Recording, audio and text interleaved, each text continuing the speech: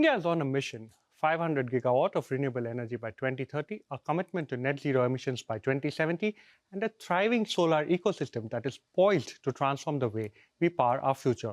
With over 50% of India's population under 30, the role of young entrepreneurs, engineers, and innovators in shaping this green revolution has never been more critical.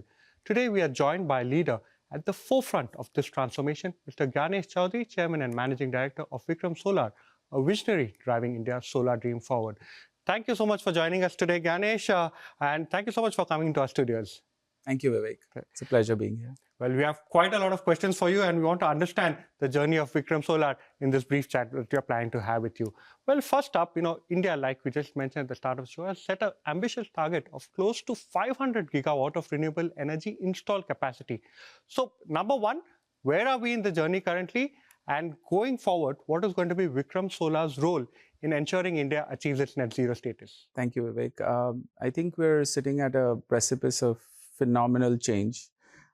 India is currently short of 200 gigawatt of renewable deployed on our grids, but going forward, we see this exponentially growing. In the overall ambition to be a $30 trillion economy by 2047, I think the road ahead is very well defined, and the path to achieving it through renewable and solar. Out of the almost 200 gigawatt, solar boasts of more than 50% of the overall energy through renewable sources. And to achieve 500, India needs to scale up, deploy more with its ambitious plans. And Vikram Solar, where do you stand currently in terms of installed capacity? What are the capacity addition plans that you have? And what are your current immediate targets? So Vikram Solar is celebrating 20 years this year, and we were one of the pioneers, initial companies which bet on this sector, and rightly so. I think the plans significantly increased since then. We are currently at a 4.5 gigawatt capacity, soon to be 10 gigawatt plus within this fiscal, and 15.5 by next year. So we are betting big on solar as a primary source of renewable energy in India. Absolutely right. And India, the one thing that we enjoy is a lot of sunshine. And I'm sure that's going to be something that helps players like you. Some worries, though, in terms of, actually having land acquisition. But a lot of those worries, especially in the last 2 weeks, have been addressed quite significantly and emphatically by the government. Now, the other issue that, globally that you're facing is that there is significant demand for solar solutions. And globally, especially in the US, you're seeing demand for solar power on the rise. How can Indian solar power manufacturers actually step in? And I'm assuming that you will enjoy much better EBITDA margins when you go outside India. So a couple of significant developments in the recent years. What we've seen is that the West is hugely dependent and significantly contributing towards decarbonizing their own economies. The second significant trend that we've seen is that the decoupling with China in terms of supply chain. All of these have led for a very important and significant role with respect to Indian manufacturers like us taking center stage. India has ambitious plans, even in manufacturing, not just solar, but other sectors. Atmanirbhar Bharat is a very strong and important mandate by Honorable Prime Minister. And we take it on ourselves as entrepreneurs to deliver this mandate to its fullest. And what better time than now that there is a significant gap in terms of supply chain, and India can fill this gap very efficiently. Now, the other issue, especially India is facing, and especially when tenders are coming out, we understand that the need now is for more RTC tenders, right? Round-the-clock tenders. I think with that in mind, I think you recently forayed into the battery energy storage solution space as well. It's emerging as a critical component in the renewable energy puzzle. How do you see it evolving, and what are the steps you are taking at Vikram Solar to ensure that? Oh, thank you for this question. I think I'm very excited about what lies ahead. In the last 20 years of running solar as a opportunity, what I've seen is that solar has always been supplement load. because sun rises during the day, sun and sets in the night. So to be able to leverage the power of solar energy, we need efficient battery energy solutions. They have fallen the same trajectory as solar. Prices were very expensive. The affordability was not there. So the economics never worked out. Right. What we've seen is in the last 3 to 5 years, lithium ion has taken a very important role in terms of round-the-clock storage solutions. And also the fact that with RTC, you can,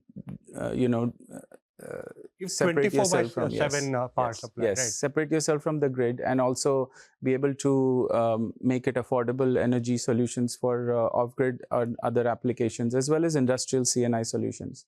Vikram's foray into battery energy solution is with a unique and patented technology, which is solid state, and this provides very significant advantages, which are far greater and far differential than lithium ion itself as well. We talk about greater power storage. We look at solid state providing a much better and more efficient power solution, which packs in more in a punch. As far as energy safety is concerned, we see we've seen scenarios where there have been fire and other issues with battery solutions, and this provides us a much safer and more efficient solution. Stability in terms of the range of the thermodynamics and temperature cycles, we have our solution as a much better and more stable solution, and also improve performance. So all of these combined makes it for a very important offering, which will be critical to the future of RTC projects. Well, 2025 is a milestone year for you. You just mentioned at the start briefly that you're completing 20 years in the industry. Right. What have been important milestones for you? What have been important achievements that you'd like to highlight in this 20-year journey? I think I bet on solar very early. I think we saw the transition from a very small scale, internationally offered product and solution to a global behemoth that India has become today, holding the third position in solar deployment. We have a very strong pipeline in India with close to 40 gigawatt of deployment happening in the years forward. India last year in its fiscal did close to 15 gigawatt, which is far lesser than what as industry people we expect. But going forward, we see very strong pipelines. So having said that, I think this whole 20 years trajectory has been very interesting. It's been a big learning for me personally as well. And the way we saw technology 20 years ago, it's very different today. Vikram Solar, because of our deep understanding of solar technology and manufacturing processes, we have been able to scale at levels with the speed and efficiency that we could not do 10 years ago. And that gives us the leverage and the USP to kind of foray into larger capacity expansions and going backward into cell manufacturing. The important point is, especially when we are looking at very quick and rapid climate change, the youth of India especially are quite concerned and are increasingly drawn towards both sustainability as well as green energy. So how can young professionals and entrepreneurs like yourself contribute meaningfully to India's renewable energy mission? And these targets that India has set for themselves are very aggressive, right? See, solar primarily offers multiple things. It offers manufacturing, it offers generation, it offers technology. So, and it offers a lot of digital scope to kind of develop solutions which are state of the art and current for the discussions we are having regarding around AI and machine learning. The youth wants to be a part of this conversation. Everywhere I have gone, and I have spoken to a lot of MBA students, undergraduate students at various forums, and the kind of excitement that we've seen around renewable energy and specifically solar, it's been amazing to see that kind of response. I think government is doing a lot of good work. We see Going forward in the next 5 years, we see solar to employ close to 8.5 million jobs, create new jobs, and for that we need a skilled workforce. So the Surya Mitra scheme in India is doing playing a great role to develop skillful youth. We have many interesting and innovative solutions that have been provided by these youth to develop solar cars at not at scale currently, but going forward we see those sort of solutions coming forward. Ganesh, just stay on with us. On that note, we'll take a quick break. When we return, we'll continue our conversation. And there's a lot more. And we also know around the corner there's an IPO lined up. So primary market activity is something that the street is looking forward to very closely. Just stay on with us.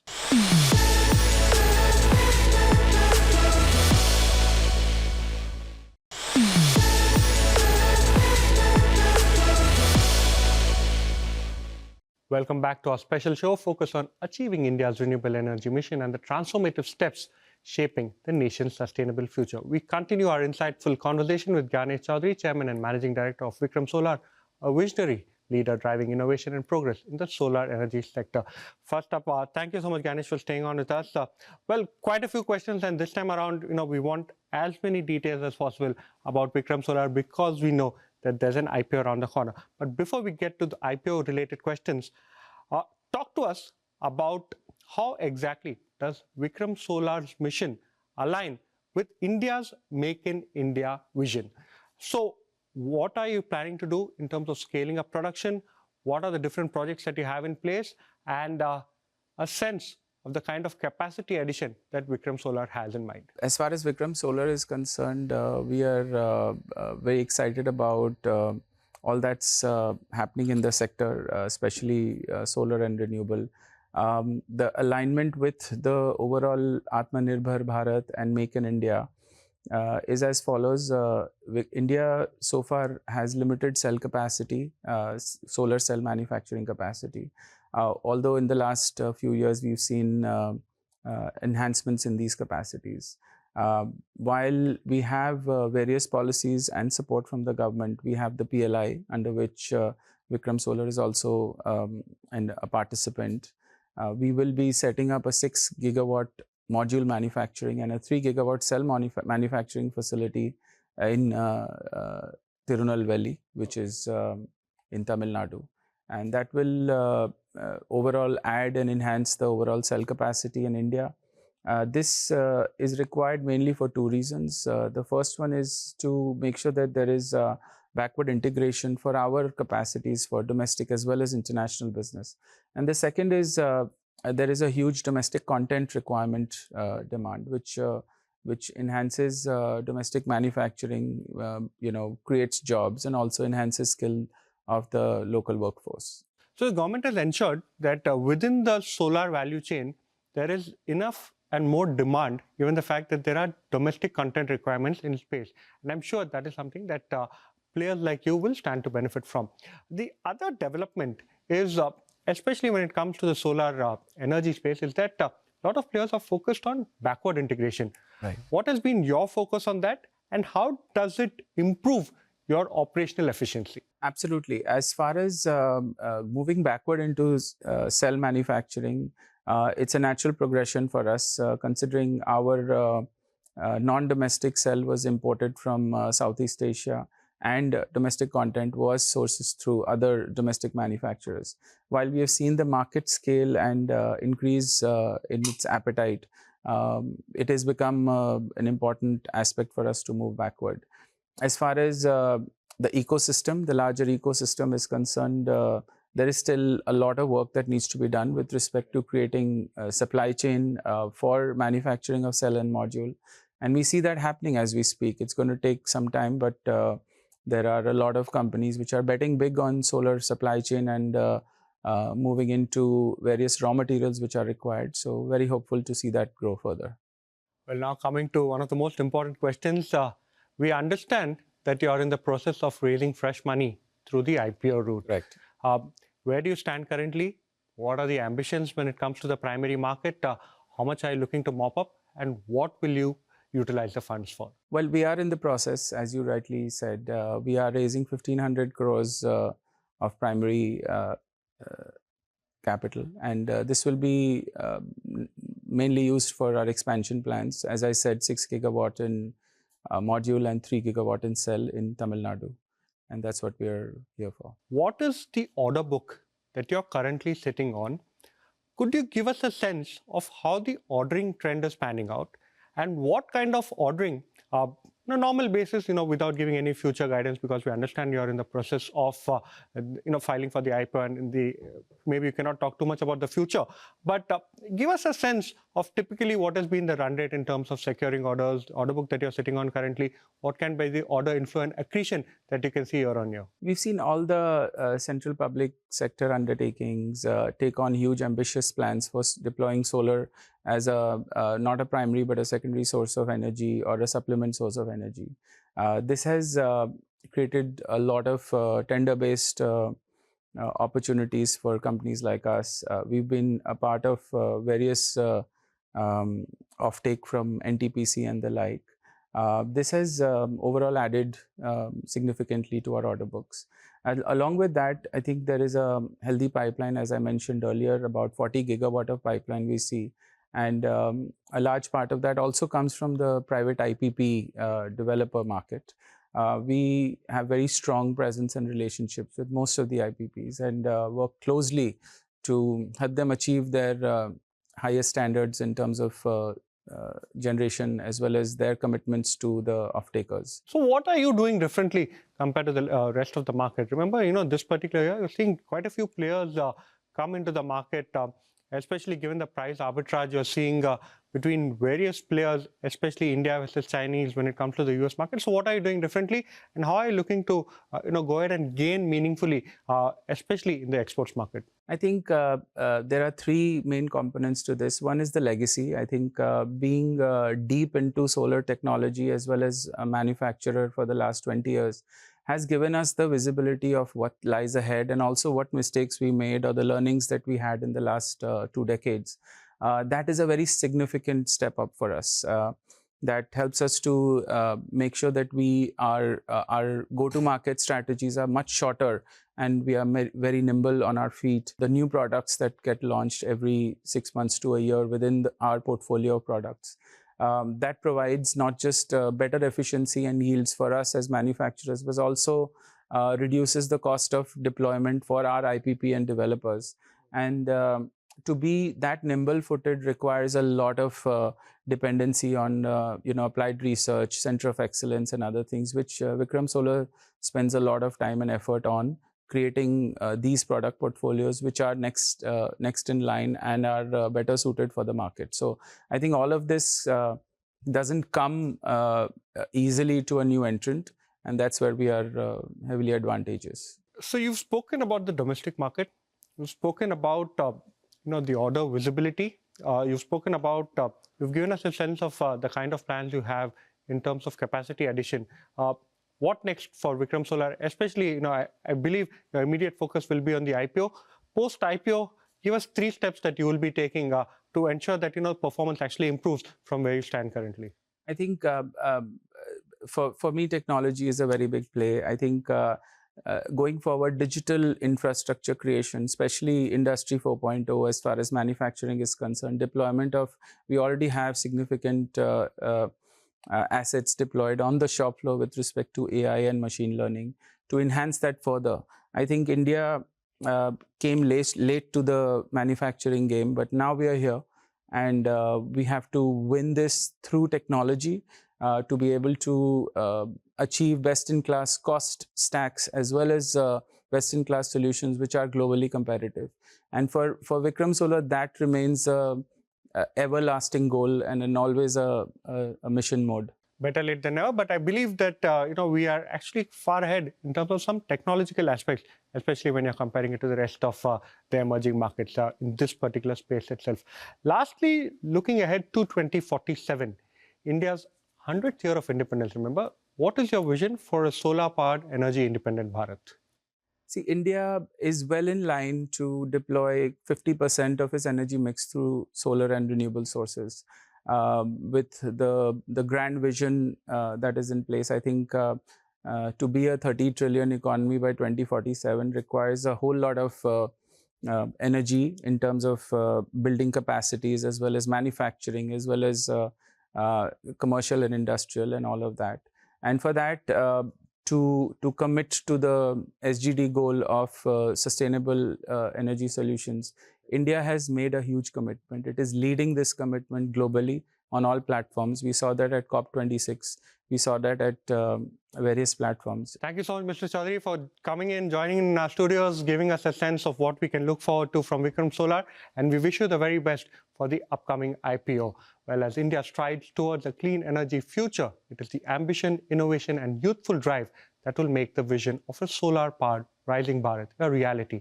The future is bright and it is solar. To all the young minds out there, aspire, achieve, ascend. Goodbye and take care.